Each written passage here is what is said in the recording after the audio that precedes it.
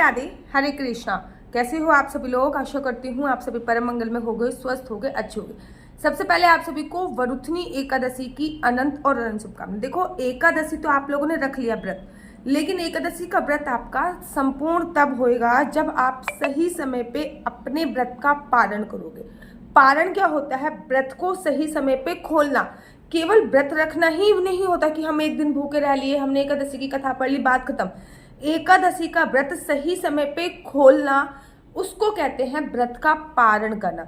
जैसे आप वैष्णो देवी जाते हो और वैष्णो देवी की यात्रा करने के बाद आपने भैरव बाबा की यात्रा नहीं करी, तो आपका जो व्रत होता है वो आधा अधूरा माना जाता है, मतलब आपकी जो यात्रा है वो आधा अधूरी मानी जाएगी। ऐसे ही अगर आपने एकादशी का व्रत करा है और व्रत करने के बाद आपने सही समय पे अपने व्रत का पालन नहीं किया, तो आपका जो व्रत होता है वो आधा अधूरा माना जाता है। तो सही समय पे व्रत का पालन बहुत जरूरी है। देखो, हमारे शास्त्रों में ना एक बहुत सुंदर सी कथा आती है, राजा अम्बरीश की कथा। एक परम भगवत प्रेमी थे राजा अम्बरीश। इतने परम भगवत प्रेमी थे कि हर एकादशी पर वो और उनके राज्य में सभी लोग एकादशी का व्रत रखते थे। इतने परम भगवत प्रेमी थे कि भगवान होते हुए भी चक्की से आटा खुद पीसते थे। पहले जमाने में कोई मशीन तो होती नहीं थी कि गेहूं डालो आटा निकल जाएगा, पहले जमाने में चक्की पीसनी पड़ती थी, ठीक है ना।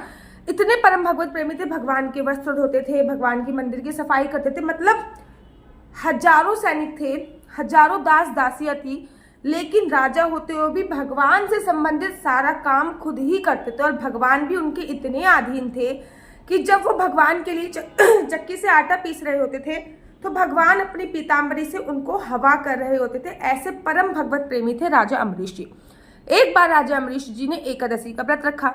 एकादशी का व्रत उनका विश्राम होने वाला था कि वो द्वादशी पे अपने व्रत का पालन करने जा रहे थे, तभी दुर्वासा ऋषि का आगमन हुआ। शास्त्रों में ऐसा वर्णन आया है, जब हम अपने एकादशी के व्रत का पालन करने के लिए जाते हैं, या तो कोई छोटी कन्या घर पे आ जाए तो हमारे व्रत का 100% फल हमें मिलता है। किसी गाय माता का आ जाना तो हमारे व्रत का पुण्य हमें 100% मिलता है। किसी साधु संत महात्मा का आ जाना तो समझ लीजिए हमारा व्रत सफल हुआ। जैसे ही राजा अम्बरीश ने देखा दुर्वासा ऋषि आ रहे हैं, राजा अम्बरीश जी वहीं पे रुक गए, उनको हाथ जोड़ के प्रणाम किया कि अहो भाग्य हमारे, आज मैं द्वादशी पे अपने एकादशी के व्रत का पालन करने के लिए जा रहा हूँ, लेकिन महाराज कहते हैं द्वादशी पे अगर साधु संत आपके दरवाजे पे आ जाते हैं तो सबसे पहले उन्हें भोजन कराना चाहिए, पहले आप जीमिए, उसके बाद मैं भोजन इत्यादि करूंगा। जैसे ही दुर्वासा ऋषि ने बोला कि रुको, मैं बहुत दूर से आ रहा हूँ, मुझे स्नान करने जाने दो, उसके बाद मैं भोजन इत्यादि ग्रहण करूंगा। अब दुर्वासा ऋषि तो स्नान करने के लिए चले गए, लेकिन राजा अम्बरीश ने देखा कि जो उन्होंने एकादशी का व्रत रखा था, उस व्रत का जो पारण था, उसका जो समय है वो खत्म होने जा रहा है। शास्त्रों में ऐसा वर्णन आया है कि अगर आपने एकादशी का व्रत रखा है तो द्वादशी पे एनी हाउ आपको अपने व्रत का पारण कर लेना चाहिए। एकादशी का मतलब द्वादशी की 1/4 निकलने के बाद, अर्थात हरिवासन समय निकलने के बाद। अब बड़े कंफ्यूज हो गए। उन्होंने अपने राज्य के सभी संत महात्माओं को बुलाया और उन्होंने बोला कि भैया मैं क्षत्रिय हूँ, अगर मैं एकादशी का व्रत का पालन नहीं करता तो मुझे एकादशी के व्रत का संपूर्ण फल नहीं मिलेगा। ये कथा श्रीमद् भागवत महापुराण में है। और अगर मैं दुर्वासा ऋषि को दिया गया वचन तोड़ता हूं, मैं तो कैसा क्षत्रिय हूं। तो सभी संत महात्मा ने कहा कि आप भगवान के चरणों का चन्यमित पी के अपने व्रत का पालन कर सकते हो। तो उन्होंने, राजा अम्बरीश ने भगवान के चरणों का चन्यमित पीने ही वाले थे, वैसे ही दुर्वासा ऋषि का आना हुआ। दुर्वासा ऋषि ने कहा, हे मूर्ख धूर्त राजा, तू अपने आप को क्षत्रिय बोलता है, तूने मुझे वचन दिया है कि जब तक तू मुझे अन्न जल ग्रहण नहीं कराएगा तब तक अपने व्रत का पालन नहीं करेगा। अम्बरीश ऋषि बहुत समझा रहे हैं, लेकिन दुर्वासा ऋषि को तो समझ नहीं आ रहा। दुर्वासा ऋषि ने अपने बाल लिए हैं, बालों को गोल गोल घुमाया है, तोड़ के जमीन पे पटक दिया है, एक भयंकरी राक्षसी प्रकट हो गई, नाम पड़ा कृत्या। कृत्य राजा अम्बरीश को खाने के लिए दौड़ी। वैसे ही महाराज भगवान का सुदर्शन चक्र महाराज प्रकट हो गया। जैसे ही भगवान का सुदर्शन चक्र प्रकट हुआ, उस सुदर्शन चक्र ने उस राक्षसी जिसका नाम कृत्या था उसके टुकड़े टुकड़े कर दिए। और अब तो वो सुदर्शन चक्र दुर्वासा ऋषि के पीछे पीछे, दुर्वासा ऋषि आगे भाग रहे हैं। अब तो दुर्वासा ऋषि आगे आगे भाग रहे हैं, सुदर्शन चक्र पीछे पीछे भाग रहा है। दुर्वासा ऋषि भाग भाग के ब्रह्मा जी के पास पहुंचे और बोलते हैं कि मुझे आपका मानस पुत्र बोला जाता है, कृपया करके सुदर्शन चक्र से मेरी रक्षा करो। भगवान ब्रह्मा जी बोलते हैं बेशक आपको मेरा मानस पुत्र बोला जाता है, लेकिन महाराज इस सुदर्शन चक्र से मैं आपकी रक्षा नहीं कर सकता। क्यों? जिसका ये सुदर्शन चक्र है आपकी रक्षा वही कर सकता है। भागते भागते भगवान शिव के पास पहुंचे हैं और बोलते हैं कि मुझे आपका अंश अवतार बोला जाता है, सुदर्शन चक्र से मेरी रक्षा करो। भगवान शिव बोलते हैं कि बेशक आपको मेरा अंश अवतार बोला जाता है महाराज, लेकिन इस सुदर्शन चक्र से मैं आपकी रक्षा नहीं कर सकता। अरे जिसका ये सुदर्शन चक्र है वही आपकी रक्षा कर सकता है। भागते भागते विष्णु जी के पास पहुंचते हैं और विष्णु जी जैसे विष्णु लोक में पहुंचते हैं वैसे सुदर्शन चक्र रुक जाता है। विष्णु लोक में पहुंचने के बाद सुदर्शन चक्र बाहर है, दुर्वासा ऋषि विष्णु लोक में अंदर है। दुर्वासा ऋषि बोलते हैं, विष्णु जी कहते हैं आइए दुर्वासा ऋषि बैठिए, लड्डू पाइए। दुर्वासा ऋषि कहते हैं लड्डू वड्डू मैं सब पालूंगा, इस सुदर्शन चक्र को शांत कीजिए। अरे जब तक आप विष्णु लोक में हो ये सुदर्शन चक्र आपका कुछ नहीं बिगाड़ेगा। अरे भाई मैं विष्णु लोक में कब तक रहूंगा, ये तो सुदर्शन चक्र आपका है ना, आप तो इसको शांत कर सकते हो। भगवान विष्णु कहते हैं कि बेशक ये सुदर्शन चक्र मेरा है, बट अहम भक्त बराहरिदम, अर्थात बेशक ये सुदर्शन चक्र मेरा है लेकिन मैं तो अपने भक्तों के अधीन हूं, मैं भक्तों। अरे ये सुदर्शन चक्र फिर शांत कैसे होएगा? दुर्वासा ऋषि बोलते हैं। दुर्वासा ऋषि ने बोला कि ये सुदर्शन चक्र शांत कैसे होगा? भगवान विष्णु कहते हैं कि सुदर्शन चक्र केवल और केवल एक ही जना शांत कर सकता है, वो है राजा अम्बरीश। भागते हुए दुर्वासा ऋषि राजा अम्बरीश के चरणों में गिर जाते और कहते हैं आपसे परम भगवत प्रेमी कोई नहीं था। तो आप देखिए आप लोगों ने एकादशी का व्रत किया है, दुर्वासा तो एकादशी का व्रत आप लोगों ने एकादशी का व्रत किया है। जब आप लोग एकादशी का व्रत करते हैं ना, तब जब तक आप व्रत का सही तरीके से संपूर्ण तरीके से पारण नहीं कर लेते, पारण में कुछ चीज़ों का ध्यान रखना होता है, लेकिन एक चावल जरूर बनाना है, चाहे आप खिचड़ी के फॉर्म में बनाओ, चाहे आप दही चिड़वा खा लो, चाहे आप खिचड़ी बना लो, चाहे आप खीर बना लो, चाहे आप दाल चावल बना लो, बट एवर चावल एनी हाउ आपको खाने होते हैं। चाहे आप चावल का कुछ भी बना लो, पूरी तरीके से आप पर निर्भर करता है, लेकिन चावल का सेवन आपको जरूर और जरूर करना चाहिए। दूसरी बात, द्वादशी वाले दिन भगवान का चन्यामृत तुलसी दल के साथ जरूर लेना चाहिए, जरूर और जरूर। तुलसी दल द्वादशी पे तोड़ी नहीं जाती, जो भी पुराना तुलसी दल होता है उसी का सेवन करना चाहिए। अब 13 तारीख को आपने एकादशी का व्रत रखा तो 14 तारीख को सुबह सुबह 6:54 पे आपका हरिवासन का समय खत्म होगा।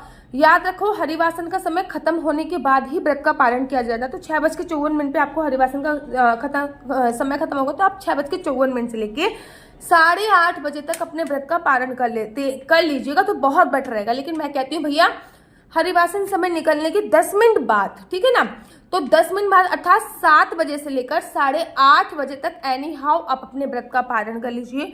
हरिवासन समय खत्म होने के 10 मिनट बाद के बाद आपको अपने व्रत का पारण कर लेना चाहिए। याद रखिए कहीं कहीं पे ये जो समय है ये 10:30 बजे भी है, लेकिन जब हरिवासन समय 6:54 पे विश्राम हो रहा है तो 10 मिनट और हटा दीजिए, तो 7 बजे के आसपास आपको अपने व्रत का पारण एनी हाउ कर लेना है। खरबूजे का भोग लगाइएगा उस दिन, और खरबूजा किसी ब्राह्मण को जरूर दान कीजिएगा। कहते हैं भगवान का जो प्रिय भोग होता है वो हमको किसी ब्राह्मण को देकर जरूर दान देना चाहिए। अगर इस टाइम तक चावल ना बन पाए तो आप कच्चा चावल खा के भी व्रत का पालन कर सकते हैं। कोई योग्य ब्राह्मण को घर पे बुलाइए, उससे भोजन इत्यादि कराइए, दान दक्षिणा दीजिए, उसके बाद जो आपने भगवान को भोग लगाया है वो खाकर आप अपने व्रत का पारण अवश्य कीजिए। अगर योग्य ब्राह्मण इस सुबह सुबह जल्दी घर पे नहीं आ सकता तो आप बेसिकली ये कर सकते हैं कि आप एक थाली ही गौशाला में दे के आ सकते हैं, मंदिर में दे के आ सकते हैं, किसी पुजारी को दे के आ सकते हैं, किसी मान्य को दे के आ सकते हैं, किसी गरीब को दे के आ सकते हैं। नहीं तो सूखा आइटम दे सकते हैं, नहीं तो पैसे निकाल के भी रख सकते हैं। बहुत सारे ऑप्शन है। देखो भगवान ने ना बड़ा फ्लेक्सिबल बना दिया भैया। अगर आप खाना ब्राह्मण को नहीं बुला सकते तो उनके घर पे चले जाओ, खाली दिन खाना नहीं बना सकते तो सूखा आइटम देने चले जाओ, ब्राह्मण के घर पे नहीं जा सकते तो गौशाला चले जाओ, आप किसी मान्य को बुला लो, पैसे निकाल के रख लो, लेकिन कुछ ना कुछ द्वादशी पे दान अवश्य करना चाहिए। तो द्वादशी पे आप, मैं ये कहूंगी कि 7 बजे से लेकर 8:30 बजे तक के बीच में एनी हाउ अपने व्रत का पारण अवश्य कर लीजिएगा। मेरा नंबर आपको नीचे स्क्रीन पे दिख रहा होगा, मेरा नंबर है 4/9-20-25-65। I repeat again 4/9-20-25-65। आपका बच्चा जॉब करेगा या बिजनेस करेगा? बिजनेस करेगा तो किस फील्ड में बिजनेस करेगा? जॉब करेगा तो किस सेक्टर में जॉब करेगा? क्या है आपके बच्चे का लकी नंबर? क्या है आपके बच्चे का लकी कलर? क्या कुंडली में राजयोग है या नहीं? कुंडली में संतान प्राप्ति का योग है नहीं, ये सभी जानकारी आप में से कुंडली के माध्यम से प्राप्त कर सकते हैं। याद रखिए, कुंडली देखना बिल्कुल भी फ्री नहीं है, कुंडली देखने के थोड़े से चार्जेस है। और इस नंबर पे मुझसे किसी भी प्रकार से कोई भी क्वेश्चन आंसर पूछने के लिए फोन मत कीजिएगा, क्योंकि ये नंबर केवल और केवल मैंने कुंडली दिखाने के लिए दिया हुआ है। अगर राधे राधे हरे कृष्णा। तो यहाँ पे हम आप लोगों के लिए लेके आए हैं असली तुलसी माला। विभिन्न विभिन्न प्रकार की हमारे पास असली तुलसी माला है। 30 रुपये से प्रारंभ होकर हमारे पास 1100 रुपये तक की तुलसी माला है। जप माला है, गले में पहनने वाली तुलसी माला है, 1 राउंड की तुलसी माला है, 2 राउंड की तुलसी माला है, 10 साल तक चलने वाली तुलसी माला है, और डबल राउंड की तुलसी माला है, 3 राउंड की तुलसी माला है, गांठ वाली जपने वाली माला है, बिना गांठ की जपने वाली माला है, राधा नाम के लॉकेट वाली माला है, और लैब सर्टिफिकेट द्वारा प्रमाणित तुलसी माला है, जिसमें हम आपको लैब का सर्टिफिकेट देंगे कि ये असली है या नकली है। बहुत सारी तुलसी मालाएं हम आपके लिए लेके आए हैं। न केवल हम आपके लिए तुलसी माला का कलेक्शन लेके आए हैं, अपितु लड्डू गोपाल की असली तुलसी माला जिसपे राधा नाम का लॉकेट है, लड्डू गोपाल के लिए वैजंती माला, लड्डू गोपाल के लिए चंदन माला भी हम लोगों के लिए लेके आए हैं। और लड्डू गोपाल की तीनों माला का सेट है, तुलसी माला, चंदन माला और वैजंती माला का सेट भी लेके आए हैं। साथ ही के साथ हम आपके लिए रुद्राक्ष के असली ब्रेसलेट, पानी में डालने वाला रुद्राक्ष, 1 मुखी रुद्राक्ष से लेकर 14 मुखी रुद्राक्ष तक हमारे पास सारे लैब टेस्टेड रुद्राक्ष अवेलेबल हैं। आप हमसे ओरिजिनल रुद्राक्ष मंगा सकते हैं। ना केवल हमारे पास रुद्राक्ष अवेलेबल है, अपितु हमारे पास कानों में पहनने वाले राधा नाम के असली तुलसी के इयरिंग्स भी उपलब्ध हैं, जो कि अलग अलग डिजाइन, अलग अलग तरीके से आप लोगों को प्राप्त हो जाएंगे। ये राधा नाम के असली तुलसी के कानों के इयरिंग्स हैं और इसमें बहुत सारी वैरायटी हमारे पास उपलब्ध है। आप जल्दी से जो नीचे नंबर दिया गया है उस पर संपर्क करके अपनी चॉइस से कोई भी राधा नाम के इयरिंग्स अपने लिए ले सकते हैं। उनके प्राइस बहुत ही सस्ते हैं। 150 रुपये से फ्री हो 150 रुपये से स्टार्ट होकर मात्र 200 रुपये तक है। और ये है राधा रानी और भगवान श्री कृष्ण जी के चरण, जो आपको अपने मंदिर में जरूर और जरूर विभिन्न प्रकार की अलग अलग तुलसी मालाएं आप लोगों के लिए उपलब्ध है। 30 रुपये से प्रारंभ होकर 1300 रुपये तक की तुलसी मालाएं आप लोगों के लिए उपलब्ध है। हम आप लोगों के लिए लेके आए हैं श्रीधाम वृंदावन की रज, 8 प्रकार की रज इसमें उपलब्ध है। न केवल एक सेवा कुंज की, निधि कुंज की, ललिता कुंड की, राधा कुंड की, कृष्ण कुंड की, निधि वन की, यमुना जी की, 8 जगह की ब्रज रज इसमें आपको उपलब्ध हो जाएगी। ऑर्डर जल्दी से जल्दी नीचे दिए गए नंबर पर करिए, हमारे पास लिमिटेड स्टॉक है। राधे राधे। अगर आपको मेरी वीडियो अच्छी लगती है तो आप अपना YouTube चैनल हरि बोल को लाइक, शेयर, सब्सक्राइब करना बिल्कुल भी मत भूलिए। तब तक के लिए मुझे दीजिए इजाजत। राधे राधे, हरे कृष्णा, हरि बोल।